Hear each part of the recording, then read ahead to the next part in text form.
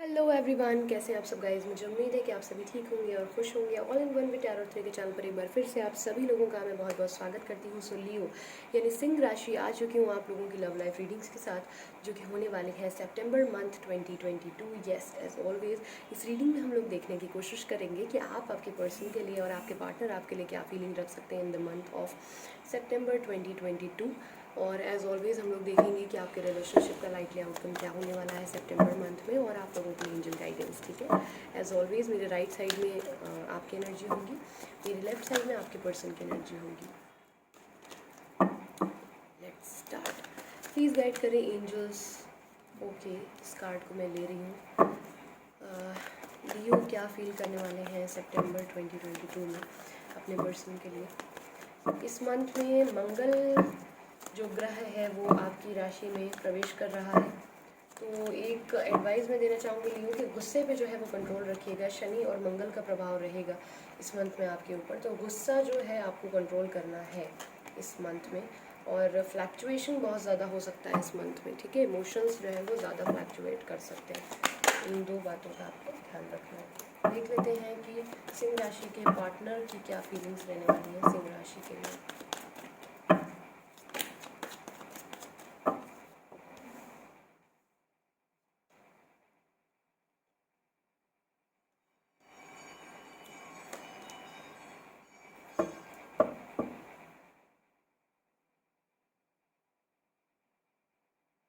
Okay, lightly outcome क्या होगा इस रिलेशनशिप का।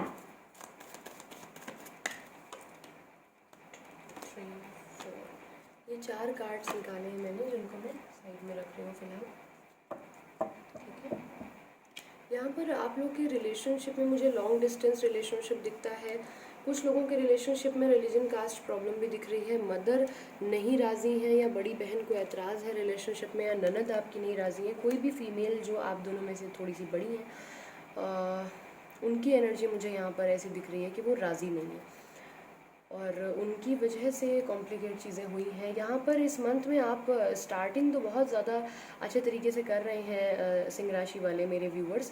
अपने पर्सन के लिए बड़ा पॉजिटिव है, उनके साथ ही आपको अच्छा लगता है। एक सन की एनर्जी, एक स्ट्रॉन्ग स्ट्रेंथ फील होती है आपको। कह लें यहाँ पर खुशी और अबंडेंस जो है आपको आपके पार्टनर के साथ ही फील होती है। बट आपको चॉइस करनी है। यहाँ पर मुझे दिख रहा है कि आपको चुनना पड़ेगा कि या तो आपके पर्सन या कोई अनदर इंसान, या तो आप अपने पर्सन को चुने या अपनी फैमिली को, पर्सन को चुने या करियर को, या अपने लॉन्ग डिस्टेंस हो रहा है तो आप लोग को प्रॉब्लम हो रही है। कुछ इस तरीके की चीज़ें भी हैं कि अगर आपने इस शहर को छोड़ के कहीं और आप चले गए पढ़ाई करने के लिए या चली गई तो ये रिलेशनशिप ख़त्म हो जाएगा। तो ये कन्फ्यूजन दिख रहा है 1 से लेकर 10 तारीख के बीच में। मुझे 2 चीज़ों में जगल करते हुए दिख रहे हैं आप। क्लैरिटी नहीं है आपके पास, थिंकिंग मोड में है कि क्या करना चाहिए क्या नहीं।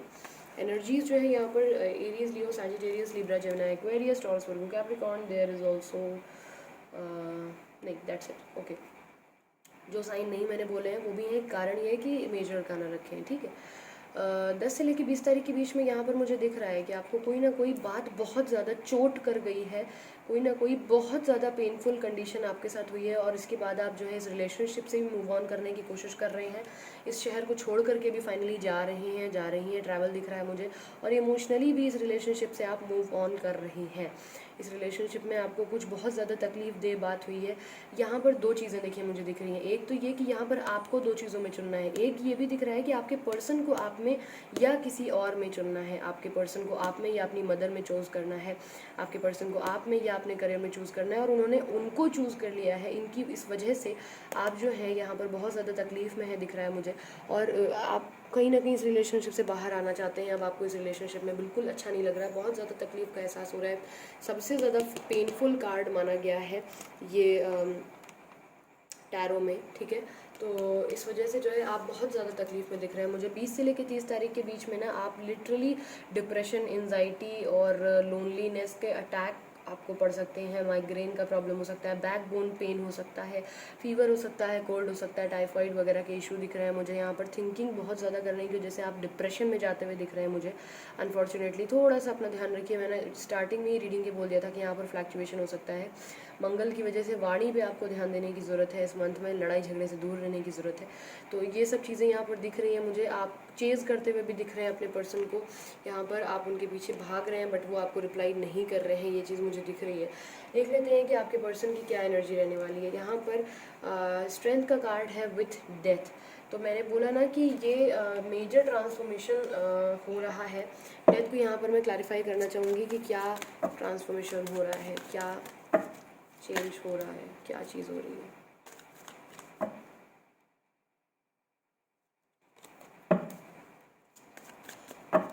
डेथ क्यों आया है, प्लीज़ क्लैरिफाई करें। डेथ क्यों आया है, डेथ का कार्ड क्यों आया है, प्लीज़ क्लैरिफाई करें एंजल्स।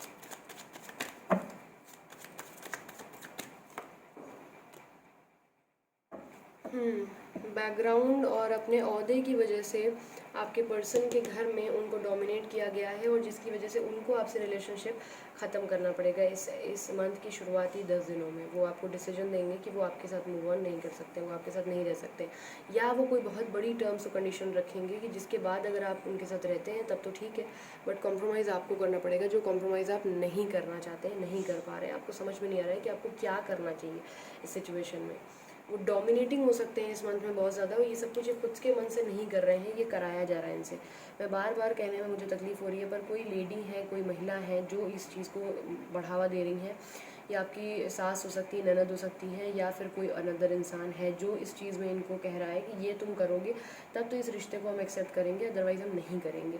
अगर ये आते भी हैं आपसे, मान लीजिए बीच में बातचीत करने की कोशिश भी करते हैं कि अच्छा ठीक है सुनो, इस रिलेशनशिप को हम इस तरह से कंटिन्यू कर सकते हैं कि मेरी तुम इस बात को मानो, मतलब इन्हें डोमिनेटिंग वे ये आएंगे कि मेरी इस शर्त को मानो तब तो मैं तुमसे शादी करूँगा या करूँगी, अदरवाइज़ मैं नहीं करूँगी। और आप उस चीज़ को इनकार करके चले जाएंगे क्योंकि वो एक्सेप्टेबल नहीं होगी।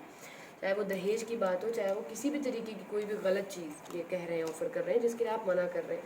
इसके बाद यहाँ पर आपके जो पर्सन है ना, वो आप यहाँ पेन में दिख रहे हैं, बट अब जो है ये थोड़ा सा फ्लर्टिश एनर्जी में मुझे आते हुए दिख रहे हैं 20 से लेकर 30 तारीख के बीच में। इन्होंने खुद को बैलेंस भी कर लिया है, प्लस ये थोड़ा सा अनदर लोगों को भी अब ट्राई कर रहे हैं कि ठीक है ये नहीं तो कोई और को देखते हैं। थोड़ा सा इस टाइप की एनर्जी है, मुझे माफ़ करिएगा, जो कार्ड आते हैं मुझे बताने पड़ते हैं आप लोग, क्योंकि गाइडेंस के लिए मेरे पास आते हैं, तो मेरा फ़र्ज़ है कि मैं आपसे झूठ ना बोलूँ।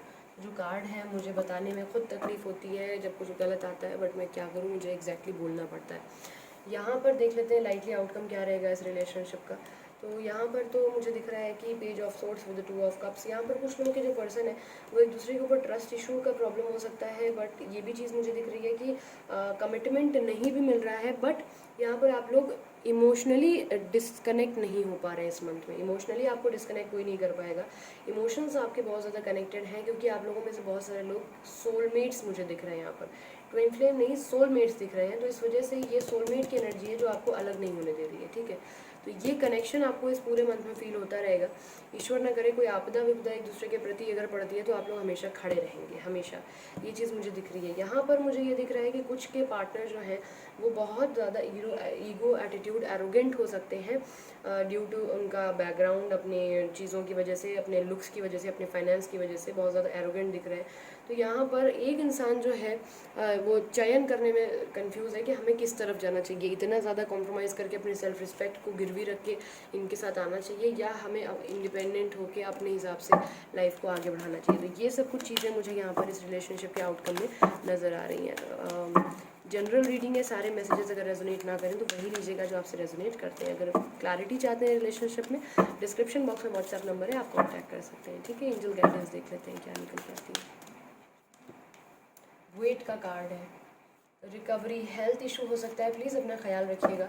It's up to you. जैसा कि मैंने बोला कि आप पर निर्भर करता है कि दो चीज़ों में आप क्या चुनेंगे, कॉम्प्रोमाइज़ करना इनके साथ या फिर इनके साथ उसी तरीके से इनकी जलील बातें सुन के बर्दाश्त करना।